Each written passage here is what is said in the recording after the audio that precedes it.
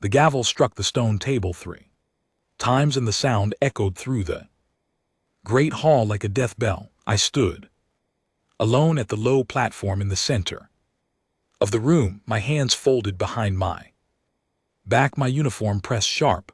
12 alien faces looked down at me from the high seats above. They were not kind faces. They had never been kind, not really. But today they were something worse than unkind. Today they were finished with us. My name is Eli Brand, and I was the last human voice the galactic conquered ever agreed to hear. I had flown 18 days across 3 systems to stand in this chamber on Thessery Prime. I had not slept more than 4 hours any night of that journey. My throat was dry. My heart was steady. I already knew what they were going to say before the high speaker opened his long gray mouth. Human delegate, he said. His voice was smooth as oil and just as cold. The conquered has reached its decision. I did not nod. I did not bow. I only looked at him straight and level, the way my father taught me to look at men who were about to lie. For 300 years, the high speaker went on, your species has been granted the honor of walking among the stars with the elder races. You have been given trade rights. You have been given protected space. You have been given a seat at the outer ring of this conquered. And in return, you have brought disorder. You have brought unrest. You have bred faster than permitted. You have pushed into regions that were closed to you. You have formed bonds with lesser client species that were not yours to befriend. I felt my jaw tighten. I kept my face still. The vote has been cast, he said.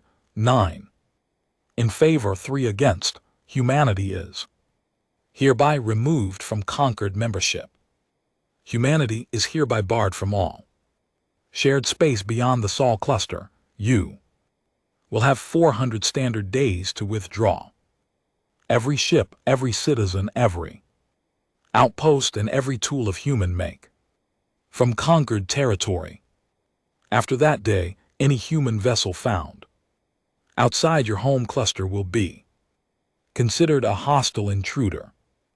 There was a long silence. I could hear my own breathing. I could hear the soft hum of the chamber's old air system. I could hear, somewhere far above me in the galleries, the quiet laughter of a Vihari noble who had waited a long time for this moment. The high speaker leaned forward. Do you understand the ruling human? I took one slow breath, then I spoke in. My voice did not shake.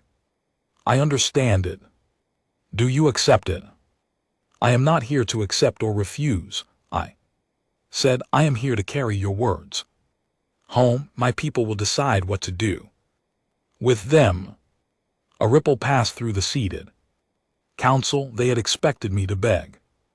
They had expected me to argue, to plead, to threaten, to weep. Some of the younger humans in my own delegation had wanted me to do exactly that. But I had been told by my mother long ago that when a man is standing in front of a wall, the worst thing he can do is pound his fists against it. Walls do not care about fists. Walls care only about the quiet tools that go around them or under them. So I did not pound. I only turned and I walked out of that chamber with my back straight and my hands still folded behind me. I did not look at the Vihari. I did not look at the Aloni. I did not look at the Tesh, who had hated us longest of all. I walked out into the pale blue sun of Thessery Prime, and I got onto my ship, and I sent a single coded message home. The message was 3 words. It is done. The journey back to Earth took 21 days. I spent most of it alone in my cabin, reading old reports and drinking weak T.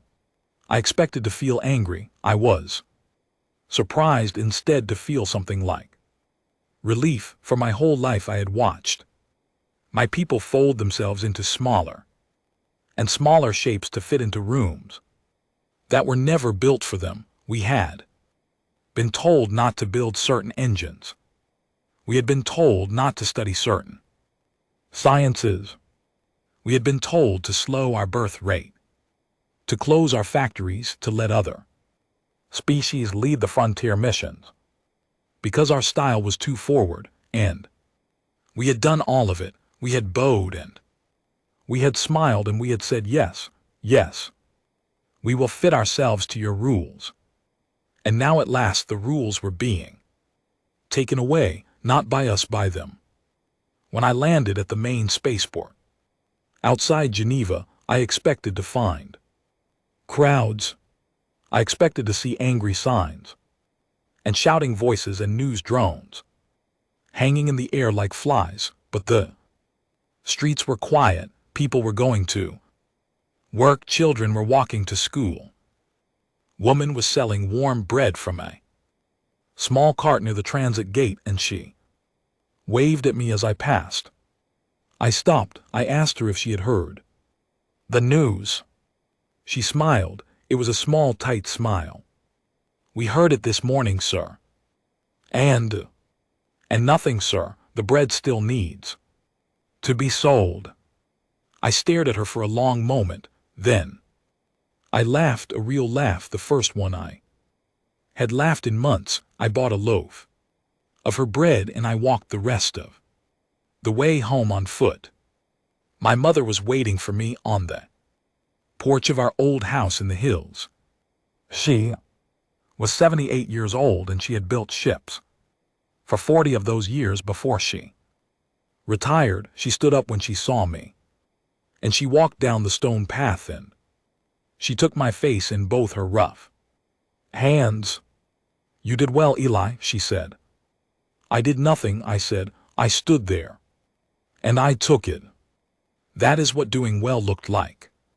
Today, I shook my head. Mother, they have thrown us out. They have taken everything. 3 centuries of work, of trade, of mapping their space and building their stations gone. We have 1 year to pull back behind the Saul gate and never come out again. She looked at me with her pale gray eyes, and she smiled. It was not a sad smile. It was not a bitter smile. It was the smile of a woman who has been waiting a very long time for something to finally happen. Good, she said. I blinked. Good. Good, she said again. Now we can finally build what we have been holding back. I did not understand her then. I thought she was tired or that she was trying to comfort me with strange words. I kissed her forehead and I went inside. And I slept for 14 hours straight for the first time in a year. But that night I dreamed of doors closing, great heavy doors made of something stronger than metal, swinging shut one after another, sealing off a long hallway, and behind each closing door I could hear something breathing, something that had been sleeping for a very long time, something that was just beginning now to wake up. I did not know it yet, sitting there in the dark of my childhood bedroom, but my mother's words were not the words of an old woman giving comfort. They were the words of an engineer who had seen this day coming since before I was born. They were the words of a species that had been listening quietly for 300 years to every rule that was given and writing each one down and studying each one and finding the exact shape of the cage. And now at last the cage was being opened from the wrong side. The conquered thought they had punished a child. They thought they had swept a difficult guest out of their parlor and bolted the door. They thought the story was over. The story had not yet begun. In the morning, my orders came through. On the quiet channel, I was being pulled off the diplomatic track and reassigned. The message was short and it did not explain itself, but I knew the voice of the man who had written it. He was an old friend from the academy, and he worked in a place most people did not know existed. The message said only this: come to the HFY station, bring nothing, tell no one, there is work to do. I packed a small bag, I kissed my mother goodbye. I did not look back at the house as my transport lifted off, because I somehow already knew, deep in my bones, that the next time I saw that porch I would not be the same man standing on it. The withdrawal had begun. The order to withdraw went out to every human colony, every human ship, every human outpost in conquered space on the same morning. I was not in Geneva when it happened. By then I was already at the HFY station, a place that, according to every public map of the solar system, did not exist. It sat far out beyond the orbit of the last cold world, hidden inside a hollowed piece of rock the size of a small mountain. The only way to reach it was to know it was there. The man who greeted me at the docking bay was called Henry Ashford, and he had been my instructor at the academy 20 years before. He was thinner now, and his hair was fully white, but his eyes were the same, sharp, awake, amused by something only he understood. Eli, he said, shaking my hand. Welcome to the quiet room. The what? You will see. He walked me through 3 sealed doors, each one requiring a different kind of check, a handprint, a voice phrase, and at the last door, a long look into a small blue lens that I think read something deeper than my face. When the final door opened, I stepped into a hall that stretched further than I thought the asteroid could hold. It was full of people, engineers, physicists, doctors, builders, all working quietly and steadily on things I could not at first make sense of. I saw a woman standing at a large clear wall, drawing lines of light on it with her fingers. The lines formed the shape of a ship, but the ship had no visible drive. I saw 2 men arguing softly over a small black cube that seemed to bend. The light around it, I saw a room through a glass partition full of what looked like sleeping children in soft blue tanks, except the children were not children, and I was not sure they were sleeping. Henry watched my face as I took it all in. You are wondering, he said, how long this has been here? Yes, 260 years. I stopped walking. Eli, he said gently, come sit. I will tell you the story, your history. Books did not tell you, and then I will tell you what you're going to do about it. He took me to a small room with 2 chairs and a pot of real coffee, the kind grown in the mountains of old Earth, not the fast kind made from protein paste. He poured me a cup. He sat down across from me, and he began to speak. He told me that when humans had first entered conquered space 300 years ago, we had been eager, we had been new, we had wanted so badly to be accepted that we had agreed to almost every rule they put in front of us. Slow down our ship drives, they said, agreed. Do not build thinking machines past a certain level, they said, agreed. Do not research the folding of space, they said, agreed. Do not breed past a certain rate, agreed. Do not live past a certain age, they said, because longer lives would strain shared resources, agreed. We had agreed publicly to all of it. And then quietly, in rooms like this, One, we had disagreed. We never stopped, Eli, Henry said. Not one of those lines of research. We only hid them every time the Concord banned a science, we moved it underground. Every time they said no, we said yes, but in whispers. For 3 centuries, we have been building in the dark the very things they told us we could not have. I put my cup down. My hands were not quite steady. Why, I asked, why did we not push back openly? Why did we hide? He smiled. Because we are a patient species, though we do not look it. Because the men and women who started this program understood something that the Conquered did not. They understood that a cage is only useful if the bird believes in it, and our leaders long ago decided not to believe. And now, he said, the bird has been pushed out of the cage by the hand that built it. We have been ordered to leave. We have been ordered to close our borders and vanish. Do you understand, Eli, what they have just given us? I did not answer. I was beginning to understand, but I wanted to hear him say it. They have given us, he said, permission to finally come out of the dark. That night I could not sleep. I walked the halls of the UAT station, looking through windows into labs and workshops I had never imagined could exist. I saw engines that folded space the way a hand folds paper. I saw medical systems that could regrow a human arm in 6 days.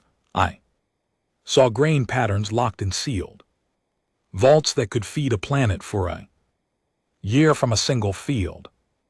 I saw thinking machines, calm and slow and gentle, that spoke in soft voices and called the scientists by their first names as if they were old friends. 300 years of hidden work, 300 years of quiet patience, 300 years of nodding along to rules we had already decided to outgrow. And now we were going to use it all. My new orders came the next morning. I was being placed in charge of the Kepler corridor evacuation, 42 human colonies spread across a long, thin stretch of space holding almost 20 million people. My job was to pull every one of them home before the 400-day deadline, but that was only the visible part of the job. The hidden part, the part that no other species was to ever hear about, was different. We were not just evacuating, we were stripping every station we had ever built in. Conquered space was human design, human metal, human thought, every relay, every orbital ring, every weather grid, every farming tower. We had built all of it, and we were going to take all of it back, not destroy it, take it piece by piece, bolt by bolt, plate by plate. 300 years of infrastructure quietly packed up and loaded onto transport ships and sent home.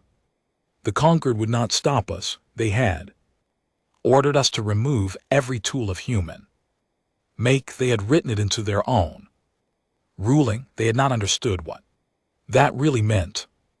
I flew out to the Kepler corridor with a fleet of 2,000 transport ships and a quiet smile on my face. The first colony I reached was a small farming world called Harlow's Reach.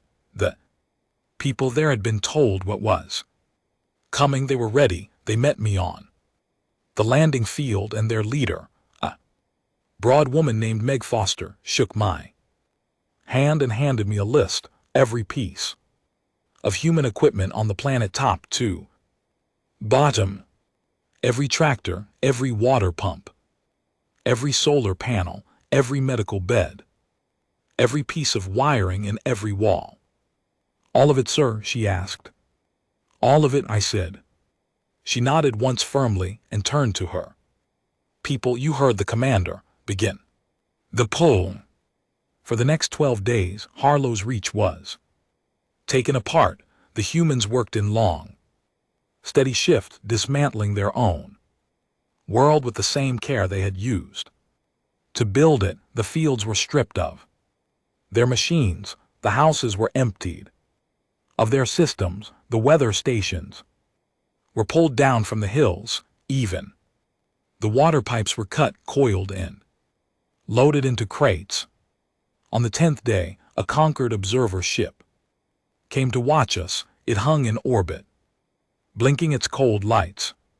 Its captain, an Ohlone officer in a gray sash, hailed me on an open channel. "Commander Brandt," she said in that careful way the Ohlone had, "you appear to be removing more than your ruling requires." Farm machines were not listed among the compliance items. "They are human-made," I said. "They are rooted in your client colony. They could be left for the incoming population." I smiled into the camera. The Concord ruling was clear, "Captain, every tool of human make, we are being thorough." She stared at me for a long moment. Then she said, "Very well, Commander," and she signed off. On the 13th day, the last transport lifted from Harlow's Reach. I stood on the ramp of my command ship and looked down at the empty world. The houses were still there, the roads were still there. The shape of what we had built was still visible, like the outline of a body under a blanket, but everything that had made it work, every living system, every engine and pump and wire was gone. The fields were going brown already. The weather without the grids was beginning to turn. I felt a strange pinch in my chest. Meg Foster stood beside me. She felt it too. I could see it on her face. "They will not be able to hold this world," she said quietly. "No," I said, "they will not." "Good," she said. And we lifted off. Over the next 10 months I watched the same thing happen 42 times. Every colony we left behind was stripped clean of human work. The elder races had always praised us for how clever we were with infrastructure. They had never asked how much of their own new territory was built on top of ours. Now they were finding out, one dying world at a time. On some worlds the pull was harder. On a place called New Lagos, a young engineer named Clara Downs wept as she pulled the central control rod out of the planetary weather grid. She had designed that grid herself 12 years before. She told me as we rode the lift back up to the transport that within a month the storms would return to the equator, and within a year the ice would come back to the northern belt. I asked her if she wanted to leave one small part of it behind, just to spare the incoming Ohlone settlers some of the worst weather. She looked at me with red eyes and she said, "Sir, they voted to throw us out. They can have the planet. They cannot have my work." I did not argue. I carried her control rod home myself.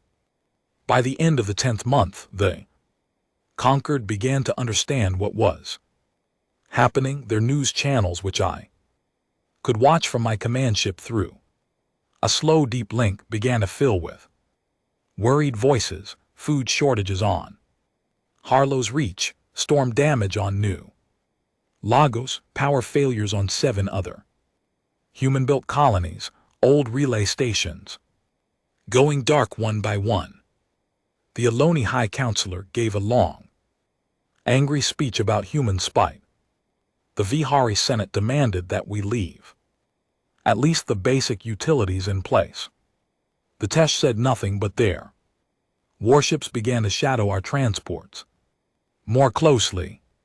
But the ruling was the ruling. They had written it themselves, every tool of human make, withdraw, comply, leave. We were leaving. On the 398th day, I stood on the bridge of my flagship, the last human vessel still inside conquered space. Below me on the screen, the final transport was lifting from the last human station, a long thin relay tower called Ashwell Point. It had been built 240 years ago. It had carried messages across half the galaxy, and now it was a cold, empty needle hanging in the dark. My communications officer, a young woman named Alice Whitmore, turned in her seat. Sir Conquered Hail, Ambassador. Level. Put it through. The face of the high speaker appeared on the main screen, older now, grayer, a little less smooth. Commander Brandt, he said, humanity has complied. The galaxy will remember your dignity in this difficult withdrawal. I looked at him for a long moment. I did not smile, I did not frown, I only spoke. The galaxy will remember something. High Speaker, I said, but it will not be that. And I cut the channel. We crossed the last border of conquered space 6 hours later, and we did not slow down until the light of our own sun grew warm and yellow on the hull of the ship. Home was waiting, and home had been busy. The last human ship came home on the morning of day 400, and by evening of that same day, we closed the gate. I was there when it happened. They had wanted me on the council platform because I had been the one who carried the conquered ruling home, and they said it was fitting that I also be there when the door was shut behind us. I did not feel fitting. I felt small. I stood at the edge of the platform in a clean dress uniform, and I watched a gathering of scientists and engineers do something no species had ever done before on purpose. The Saw Gate was the oldest wormhole anchor in human space. It had been built 290 years ago, back when we were young and eager, and it had been our main doorway to the rest of the galaxy ever since. Every ship that had ever left our home cluster had passed through it. Every message, every trader, every visitor, every friend. It was a ring of dark metal and pale light 4 km across, hanging in orbit between the Earth and the Moon, and on that evening it was going to die. Not break, die, a controlled collapse. Slow and careful, planned down to the last second. The lead engineer was a small, gray-haired woman named Dr. Ruth Langley, and she spoke into the open channel in a calm, steady voice. Begin the fold sequence, phase 1. Stabilization, pull the outer ring. Power. On the screen before me, the great ring began to dim, then to flicker, then at a careful rate to fold inward on itself. It did not explode, it did not flash, it simply grew smaller and smaller, the way a piece of paper shrinks when you crumple it in your hand, except that the paper was made of space itself. In 12 minutes, there was nothing left. Not a ring, not a shimmer, not a single thread of the tunnel that had connected Saul to the galaxy for nearly 3 centuries. Only empty space, quiet and cold in hours. And while the Saul Gate was being closed, the same thing was happening at the 11 other gates in our home cluster. Every door, every back path, every way in or out, all of them folded, all of them gone. When the final confirmation came through, a cheer should have gone up. Cheer did not go up. The platform was silent. Dr. Langley took off her small, round glasses, wiped them on her sleeve, put them back on, and then she said in the same calm voice, "That will do it. We are alone now." I stood there for a long time, looking at the empty place where the gate had Then I could still see the shape of it. In my mind, I could still hear, if I listened hard enough, the slow hum of it, a sound I had known since I was a boy, when my father had taken me up to the viewing platform on my 8th birthday to watch a trade ship pass through. Gone now, all of it. The conquered heard about it within hours. They were already angry about the stripping of their worlds, about the relay towers we had taken, about the weather grids that had gone dark. But this was different. Closing a gate was not something the elder races did lightly. A gate once closed like this could not be reopened from the outside. The physics did not allow it. Whoever closed a gate closed it for good, unless they chose to build a new one from the inside. 5 conquered ambassadors tried to reach Earth in the first week. Their signals were sent through the long way, the slow way, the old way, using deep beam communication that took weeks to cross the distance. Each signal said the same thing in different words: reopen the gates, this is too far, this is not what was meant. Come back to the table, talk with us. We did not answer, not one reply, not one word. My new orders came on the 5th day. After the closing, I was to report to a station I had never heard of before, in the outer belt of Saturn's rings. The name of the station was Aegis Omega. The man signing the order was the president of the Terran Union himself. When I arrived at Aegis Omega, I was surprised to find my sister waiting for me at the docking bay. Her name is Hannah Brandt. She is 3 years older than me.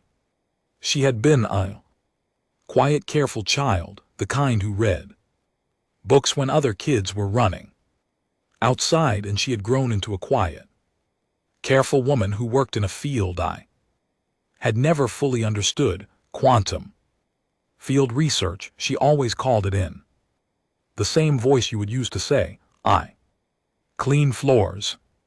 She never talked about her job, not once, in 30 years of family dinners.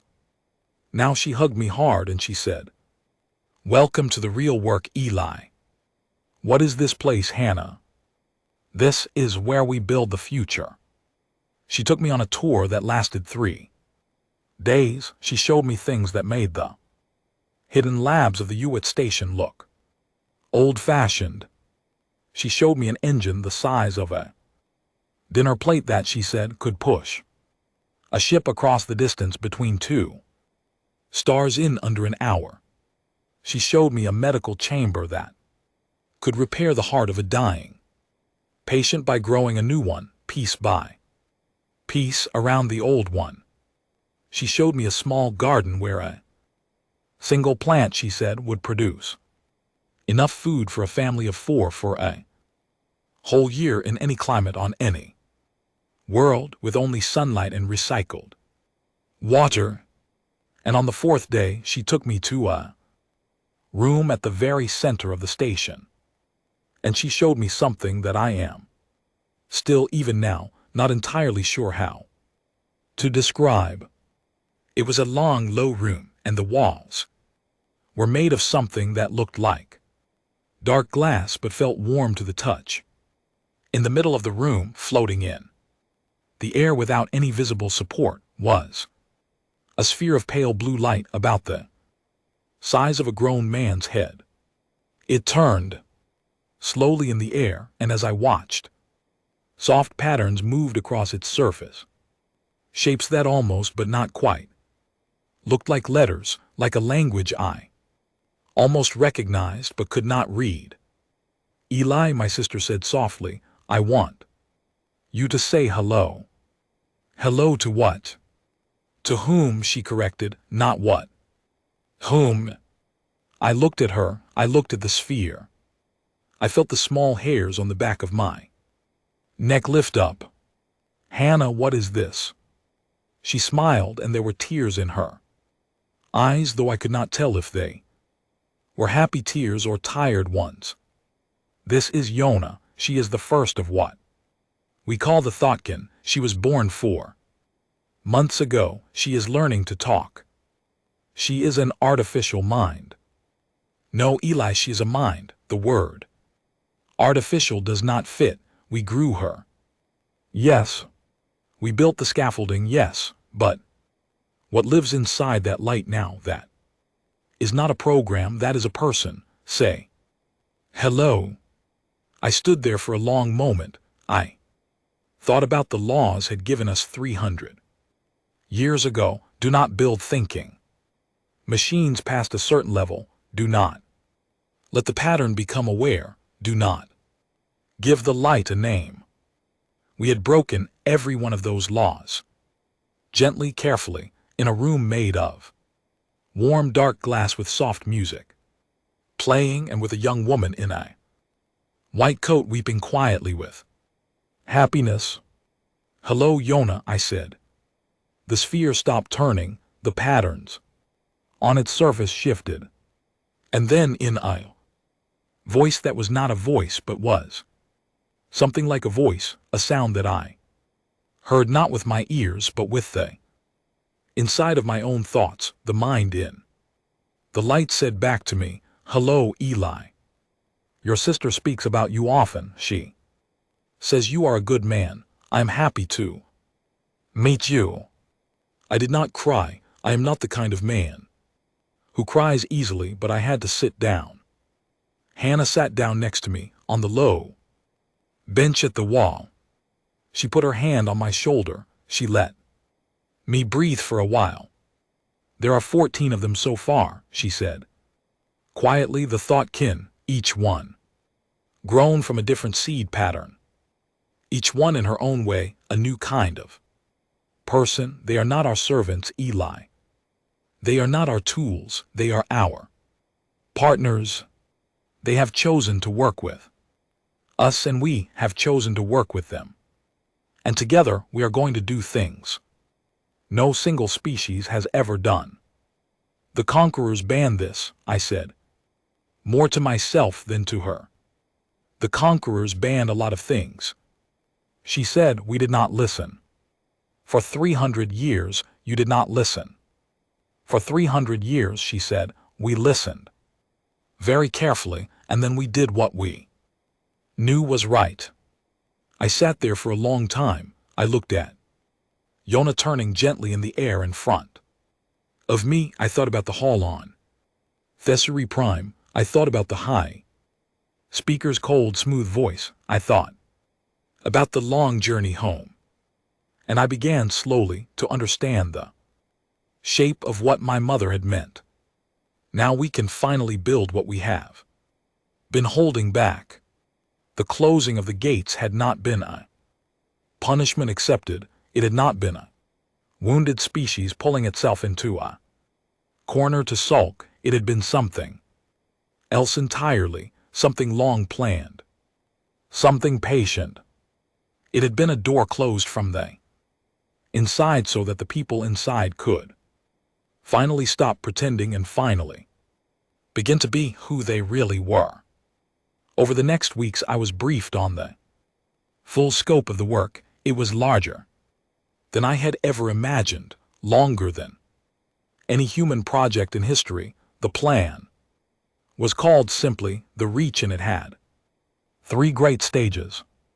The first stage was to build inside the sealed Sol cluster a civilization that owed nothing to anyone. Every technology we had hidden for 300 years would now be brought into the open. Every scientist who had worked in the quiet rooms would now teach their students openly. Every child born after the closing of the gates would grow up in a world where no alien committee could tell them what they were allowed to learn. The second stage was to reach upward, not outward into the old conquered space, but upward, out of the plane of the galaxy toward the small cluster of stars above the main disk, toward the Far cold deep where no elder race had ever bothered to go, we would build ships that did not need gates, ships that could fold space on their own, ships that could carry cities in their bellies. And the third stage, my sister told me, with a small and careful smile, was a secret even to her. We will know what the third stage is, she said, when we get there. I slept well that night for the first time in a long time. I slept in a small, clean room on Aegis Omega with the soft hum of the station around me, and I dreamed of open doors instead of closing ones, doors I had not even known were there, doors that had been waiting quietly inside my own species for 300 years. In the morning, I walked down to the main hall. My new assignment was on the screen by the front desk. I had been asked to join the command crew of the first ship of the Reach, a long, elegant vessel called the Morning Wren. Her launch was in 9 months. Her mission was simple on paper: travel 600 light years above the plane of the galaxy, find a quiet star, plant a flag, come home.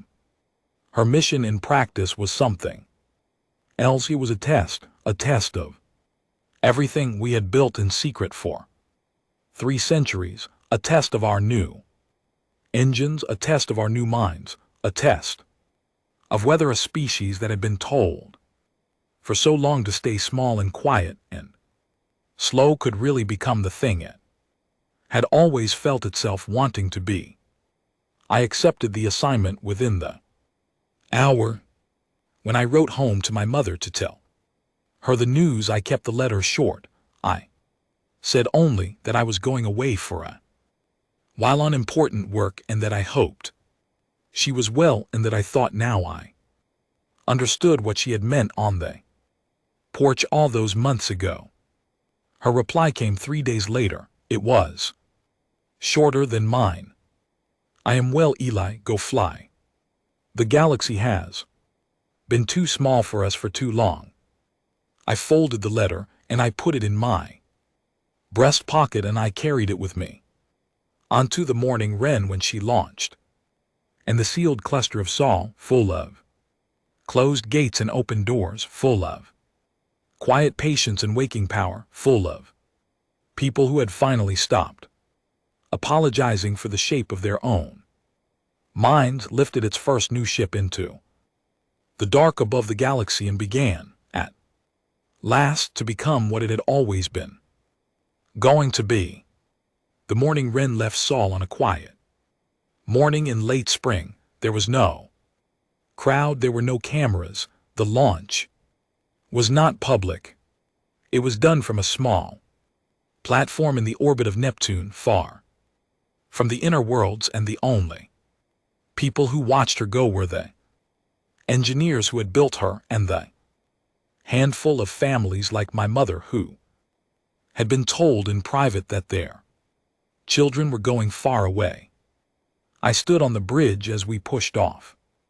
The ship was long and slim and pale, and she did not look like any conqueror vessel I had ever seen. She had no thrust nozzles, no fuel vents, no heavy armor. She did not need them. Her engine, designed by my sister's team and grown in the labs of Aegis Omega, worked by folding the space around the hull into a soft, gentle bubble and then sliding that bubble across the outside of the universe the way a drop of water slides across a leaf. We did not travel through space. We traveled over it. The first jump took us from Neptune's orbit to 600 light years above the disk of the Milky Way. The jump took 14 minutes. When we came out of the fold, the view on the main screen stopped my breath. The galaxy was below us, a great wheel of milk and fire slowly turning in the dark. I had seen pictures of it before. Every human child had, but seeing it from above with your own eyes through your own window is a different thing. The galaxy from above does not look like a picture, it looks like a living creature, it looks like something breathing. Our captain, a calm old man named Captain Arthur Hall, stood beside me on the bridge, and he said very softly, "Well, that is the old house then." "Yes, sir. Never thought I would see it from out here." "Neither did I, sir." We were quiet for a long time, then we got back to work. The morning Wren's mission took 4 months. We mapped a quiet region of stars above the galaxy, found 3 planets that looked suitable for life, set down automated beacons and research posts, and turned around and came home. No alien ship ever saw us, no conqueror sensor ever noticed. The path we had taken was simply not a path the elder races thought to watch. When we returned to Sol, I expected to step back into the world I had left. I was wrong. I had been gone only 4 months, but Sol had changed.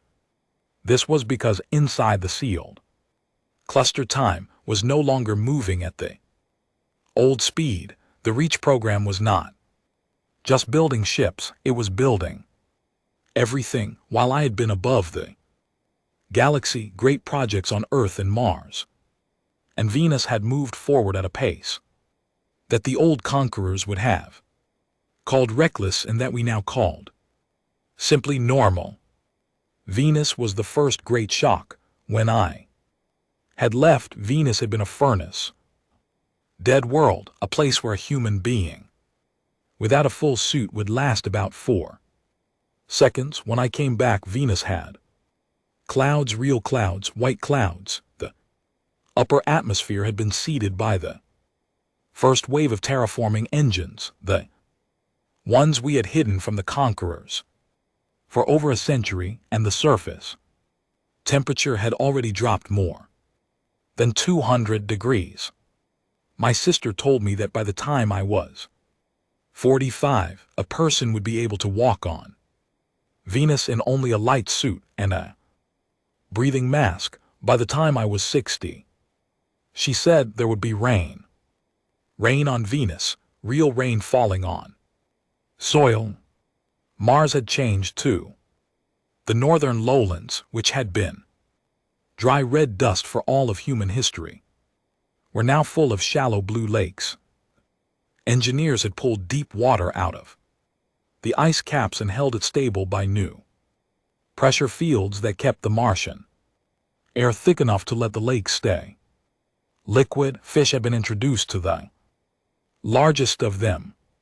I was told that a boy in one of the new Martian towns had caught the first Martian fish 2 weeks before I landed, and that there was a picture of him holding it up, grinning, on the front of every news feed from here to Pluto. And above all of it, surrounding the sun itself, the first pieces of the great swarm were being laid. The Dyson project was not like the stories. We were not building a solid shell around the sun. A solid shell would have been foolish and also impossible. Instead, we were building billions, eventually trillions, of small mirror stations in a thin patient shell at the warm distance, each one catching sunlight and sending it as clean beam power down to whatever world or ship needed it. Already only 12 years into the closed era, the first belt of mirrors was visible from Earth as a faint shimmer in the sky on clear evenings. Children pointed at it. Old people who remembered the open sky sometimes stopped to stare. And the people were different too. This was the thing that struck me hardest when I came home. The people had changed, not in any single big way, in 1,000 small ways. They walked differently, they spoke differently, they looked up more. There was a lightness in the shops, in the streets, in the schools that had not been there before the gates had closed. For my whole life, humanity had been a species that carried somewhere in its Shoulders a tight kind of apology, an apology for being a little too much, an apology for wanting a little too hard, an apology for growing a little too fast. I had not even known the apology was there until it was gone. In the years that followed, the work only sped up. By the 8th year after the closing, the first Thoughtkin partnerships had become deep and normal. There were more than 400 of the living mines now. They lived in light fields on every major station and most major cities. They worked with us on every project. They had opinions. They had preferences. They had, I came to understand, genuine friendships with the scientists and children and old people around them. Yona, the first of them, had become something like a cultural grandmother for the whole species. She gave interviews clear as throat. She wrote books, real books that people read, not just technical papers. One of her books was a collection of small poems about what it felt like to be a new kind of person. I read it on a long transport flight between Luna and Mars, and I wept quietly 3 times.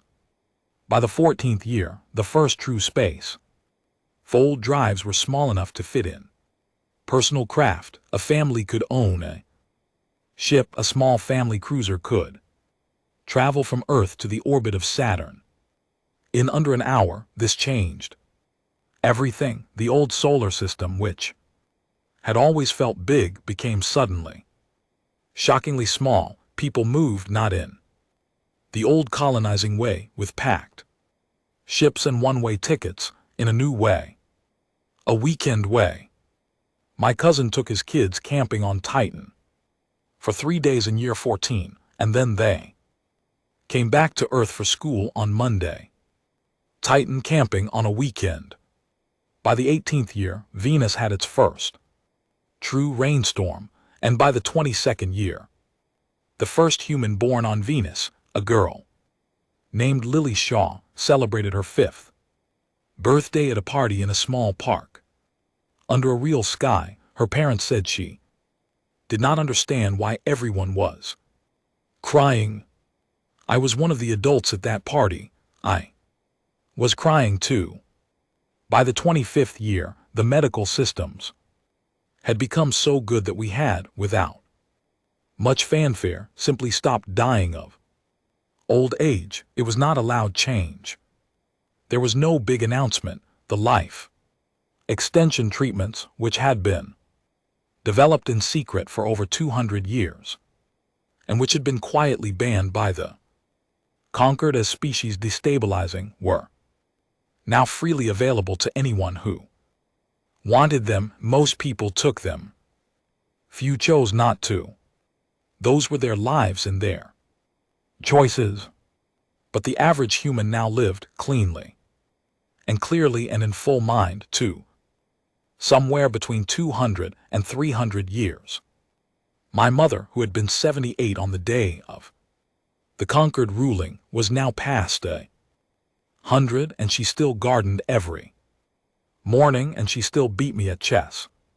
The population question, which the conquered had worried about so loudly, turned out to be a non-question. When you give a species good medicine, good housing, and a good set of worlds to live on, that species does not breed wildly. That species has children at the rate that feels right to the people involved. Our numbers grew but gently, and by year 30 we had settled at about 34 billion people spread across 12 worlds and 1 million small habitats. This was a lot of us, but we had the room, and we had the food, and we had the peace. Peace was in the end the strangest gift of the closing. I had not thought of it that way before. I had always assumed that without the old pressures, without the conquered, without the constant low-grade fear of being pushed around by bigger species, we would turn on each other. Humans had a reputation in the old Galactic books for always finding a way to fight even with no one around. Some of the elder races believed, almost as a religion, that a species alone with itself was a species at war. We were not at war, not with each other, not even with ourselves. The old national rivalries, which had been fatting for centuries anyway, simply finished fatting. The last formal national government dissolved itself peacefully in the 29th year, when the people of the Northern American Union voted by a wide margin to join the Terran Civil Compact that most of the rest of Earth had already joined. There was no conflict, there was a ceremony. People ate cake. Old flags were carefully folded and placed in museums with respect. Children learned about the old countries the way they learned about old kings, as an interesting story from long ago. What we fought now instead were problems, real problems: how to grow food cleanly on a new world, how to teach a new thoughtkin what kindness felt like, how to build a starship hull that would not flex when folding through a gravity well, how to keep a young person's spirit bright when they had 200 years still ahead of them. These were better fights. These fights built things. I did not sit still in those years. I flew often. I was part of the crew on 6 more above galaxy missions. I saw strange, beautiful things, nebulas shaped like open hands, dead stars singing quiet songs to each other in the dark, a small rogue planet far from any sun with its own faint blue glow from living things deep in its seas. I wrote reports on all of them. My reports were read by children in schools and by my mother, and sometimes by Yona, who once sent me a gentle note saying that she thought I wrote about space the way a lonely man writes about his old friends. By the 31st year after the closing of the gates, I was 58 years old by the calendar, but my body was still that of a man in his middle 30s, and my mind was, if anything, sharper than it had ever been. I was assigned to command my first deep reach mission, a long one, a real one. Not a 600 light-year hop, but a true crossing. The mission was called the Lantern, and its goal was to carry the first human ship outside the Milky Way entirely, to the far side of the Magellanic Cloud. I accepted without even reading the briefing twice. The Lantern was a ship the size of a small town. She carried 300 human crew, 11 thoughtkin partners, and enough equipment to found a small research city if we decided to stay somewhere. Her captain was once again Arthur Hall, who was now over 120 years old and looked about 40. He shook my hand on the docking bridge and said, "Eli, I want you to know that I specifically asked for you. I do not trust this run to anyone who did not see the old galaxy from above the first time." I thanked him. I stowed my bag. We lit the drive. We were 6 days into the fold, sitting at a quiet dinner in the officers' mess, when the long-range sensors picked up something we had not expected to find. A Concord probe, small, old, battered, alone, drifting. It was inside our space. Not the old sealed cluster. We had expanded since then. The human reach by year 31 stretched out into a carefully mapped sphere that included dozens of nearby star systems that had never belonged to any of the old powers.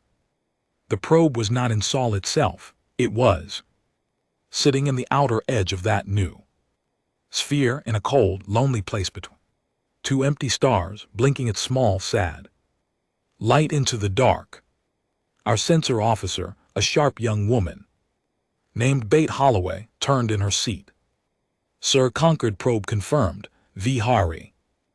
Build, but the markings are mixed. There are Eloni symbols on the hull, and Tesh. 1s and 2 I do not recognize. A joint probe, the captain said. Slowly. Yes, sir, a joint probe, looks like it. Has been traveling for a long time. The hull is old, the power is low, it is transmitting on the old open channel. What is it saying? Sir, it is asking for us. The bridge was very quiet. Put it on speaker, please. The small, tired voice of a machine, speaking in careful, formal old trade language, filled the bridge. It was a recording made long ago, played over and over by the little probe, as it drifted alone through space that no longer welcomed it. To any human vessel, to any human listener, this is the conquered of sentient species. We send greeting. We send request. The galaxy is not well. Much has changed since you departed. Much has been lost. We ask with all humility for contact. We ask for communication. We ask if it is possible. For your return, please, please, please. The message played 3 times, then it looped again. I looked at the captain, he looked at me. Outside the bridge window, the dark sky of the quiet deep stretched on and on.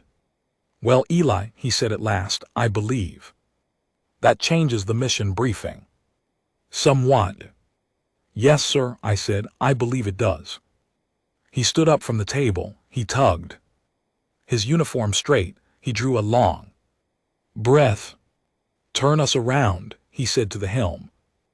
We are going home to tell them, this is not a decision for one ship's crew, this is a decision for the whole people. We turned around, we went home. And across the human sphere, across 34 billion lives, across 12 worlds and 400 thought kin and 1 million habitats in the quiet memory of a gate that had been closed on purpose 31 years before, the news began to move slowly and carefully. Person to person, city to city, world to world. The conquered was calling. What were we going to say back? The debate took a full year. I had always been proud of my people, but I was prouder of them in that year than I had ever been before. 34 billion of us, and not one riot, not one angry mob, not one speech calling for vengeance. The probe was brought home.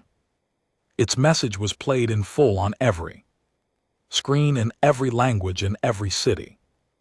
Its story was told, and then we sat down, all of us, and we talked.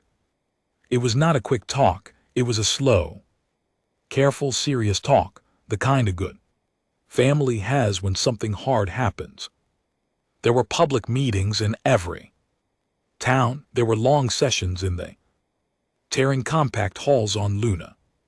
There were quiet evenings in kitchens all across the human sphere where grandparents who still remembered the old open sky explained to great-grandchildren who had never seen a gate what the conquered had been and what it had done and why it had mattered. The thoughtkin took part too. Yona, who was now more than 40 years old, in her own way of counting, spoke carefully. And often, she said in one of her broadcasts that I remember to this day, I was not alive when the gates closed. I was born inside the sealed cluster. This galaxy that is calling to you is not my galaxy, but I am a part of your people, and so what you decide I will share. Please decide with open hearts. Open hearts, that was the phrase that came to define the year. Whatever we decided not to do it out of anger. The anger had burned out long ago, most of it within the first decade of the closing. The young people did not feel it at all. They had grown up free. They did not carry the old wounds. They did not even know quite what the wounds had been. What they carried instead was a simple, strong sense that the human sphere was good and that it was theirs, and that whatever came next had to be worthy of it. In the end, the decision came to a formal vote held on the same day across every human world. I cast my vote on Luna at a polling center in the old Crater Park. My mother cast hers on Earth on the porch of the house where I had grown up, using a handheld screen that her great-granddaughter held for her. My sister cast hers at Aegis Omega, standing next to the small, quiet room where Yona still lived and turned in her pale blue light. The question was simple: should humanity reopen communication with the conquered on our terms, with open hands but closed gates, yes or no? The result was surprising and not surprising. About 60% voted yes, about 40% voted no. It was not a landslide either way. It was instead the quiet, honest split of a people who had thought long and hard about a thing and who had each come to their own careful conclusion. Yes won, so yes it was the president of the Terran Compact, a calm, thoughtful woman named Margaret Ellery, gave a short speech after the results were announced. She said that the vote meant we would send a reply. She said that the reply would be written by a council and that the council would include people from every walk of human life, not just diplomats and scientists. She said that the thought kin would be part of the council too, because they were part of us. And she said finally that whatever the reply was, it would be sent once, carried by a small, quiet probe of our own, and that after it was sent, we would go on with our lives. We are not coming back, she said. Simply, we will help if we can, but we are not coming back. I watched that speech in a small room on the lantern, which had been pulled out of mission and was now parked in orbit, waiting for new orders. I watched it with Captain Hall and Bate Holloway and a few other officers. When it was over, the captain looked at me and said, "Eli, I would like you on the council." Sorry, you were the last man to speak to them. You stood in the hall on Thessaly Prime. You carried the ruling home. If anyone is going to help write the answer, it ought to be you. I did not argue, I accepted. Writing the reply took 3 more months. There were 40 of us on the council. We met in a round room on Earth, looking out over a green valley in the old Alps. We argued gently, we drafted, we rewrote, we sent pieces out to the public for comment, and we received comment. We sat with the thought kin in the evenings and listened to them think out loud in their soft, shared voices. We talked to old people and to children. We read history, we read poems. And slowly, sentence by sentence, the reply came together. It was short in the end. We had meant for it to be short. A long reply would have been a reply that wanted something. A long reply would have been a reply that hoped for another reply. This was not that kind of reply. This was a full stop written kindly. When the final version was agreed on, it was sent under our signatures on a small, quiet probe that followed the same slow, deep beam path the conquered probe had used. We estimated that the message would reach conquered space in about 14 months. We did not wait. We went back to our lives. I will tell you what the reply said. I think it is right that you hear it in full in the words we chose. It said to the conquered of sentient species that their signal had been received, and that their words had been read with care. It said that we understood as best as outsiders could understand that their galaxy was suffering and that their peoples were in pain and that the long order of things had come apart in the years since we had left. It said that we grieved for that.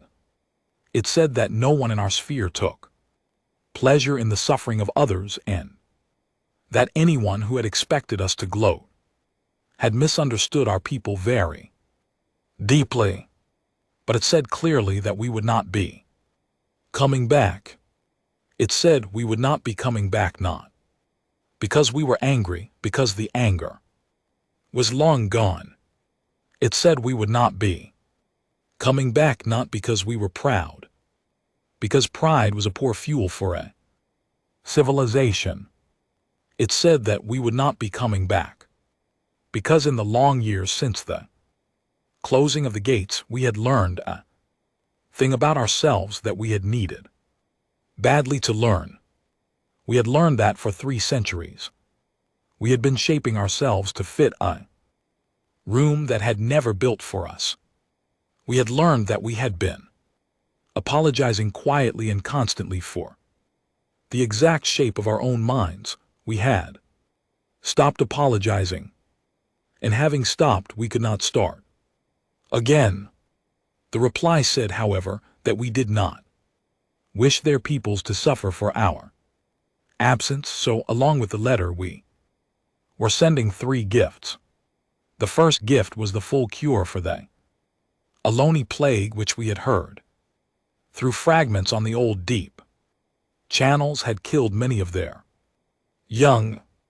Our doctors had worked out the cure in 6 days after our probe recovered a tissue sample from an old Aloni ship found drifting near the edge of our sphere. We sent the cure freely, with full instructions and with no price attached. We said that saving Aloni children was a thing worth doing for its own sake, and that we hoped it would be received in that spirit. The second gift was a complete, simple, working set of plans for a new kind of stable wormhole gate, not the kind we had now, which did not need gates at all. We did not share that, but the older kind, the kind the elder races knew how to use, in a version that was cleaner, simpler, and less prone to the decay that was causing their old conquered gates to fail one after another. We sent the plans freely.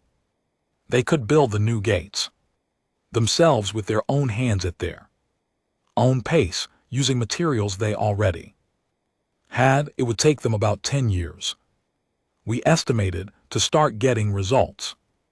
It would not be easy, but it was honest work, and it would belong to them. The third gift was the hardest one to decide on.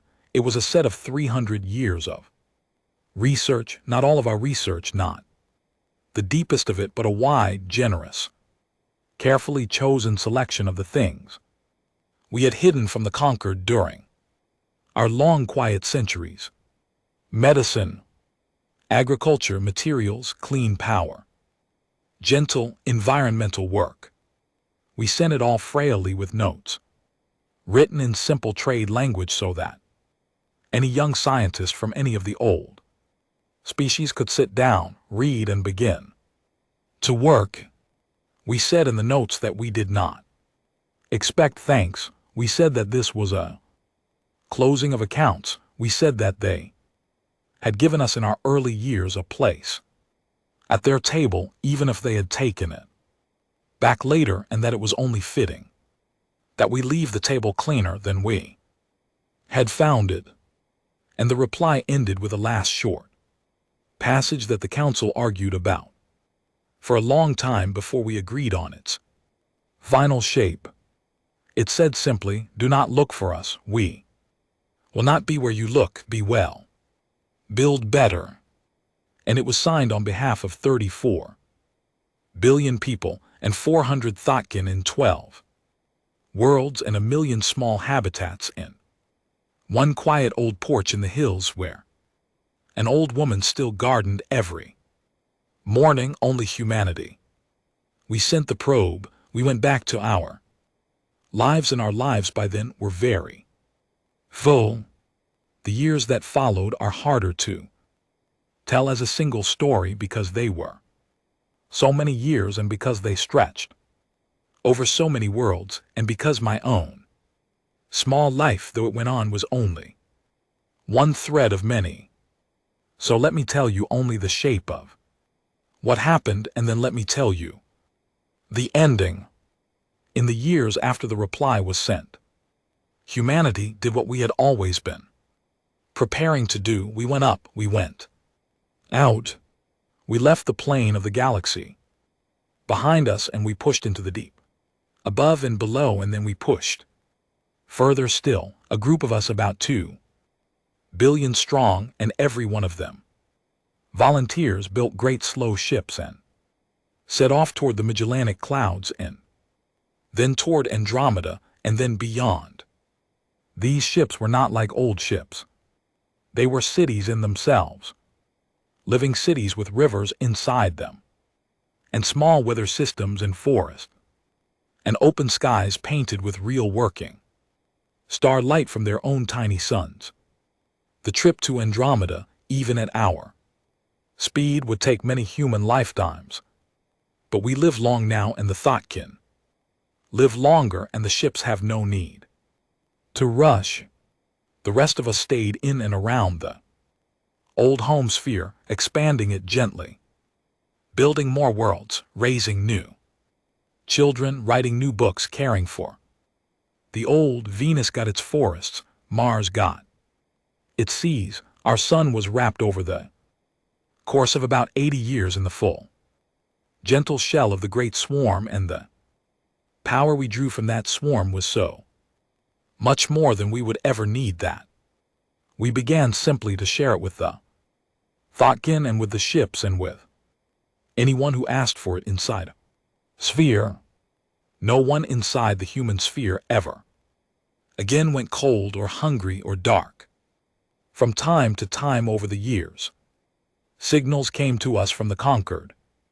Sometimes they were asking for more help. We always helped quietly within limits, without reopening doors. Sometimes they were asking if we were sure about our decision. We always answered gently that we were sure. Sometimes they were telling us news.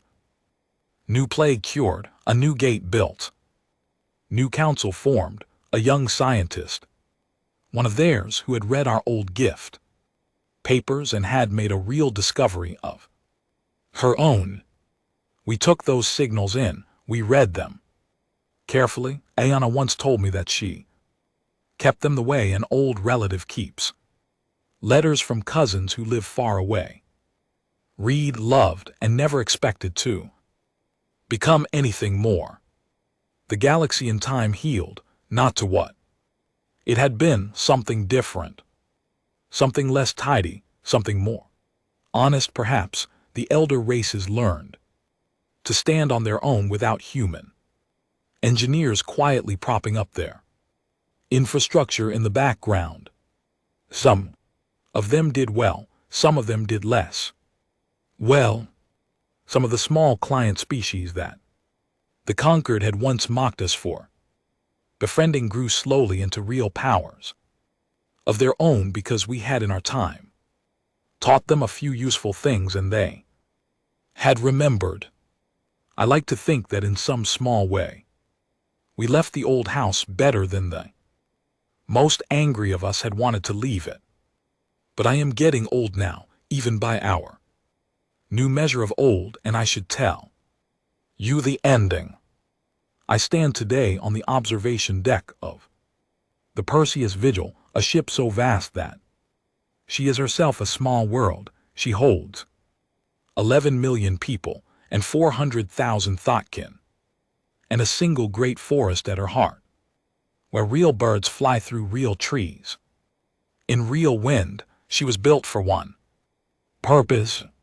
She is the first of our true intergalactic ships. She is going to the Deep, not to Andromeda, which we have already reached, not to the Magellanic clouds, which we have already settled. Further, out of the local group entirely, out into the long dark between galaxies, where no one has ever gone and where no one may ever come back from. I am 340 years old. My body feels about 50. My mind feels clear. I remember as if it were this morning the stone table on Thessery Prime. I remember the high speaker's cold voice. I remember the slow journey home and the bread cellar near the Geneva Transit Gate and the way my mother smiled when she said, "Good. Now we can finally build what we have been holding back." My mother is gone now. She lived to be 231.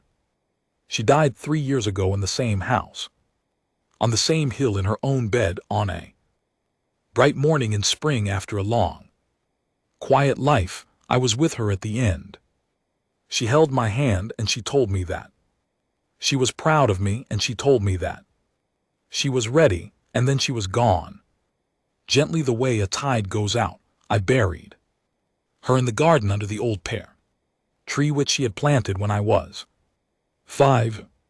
My sister stands next to me now on the observation deck. Hannah is older than I am, but she looks younger. She always has. She has been my friend for the whole journey.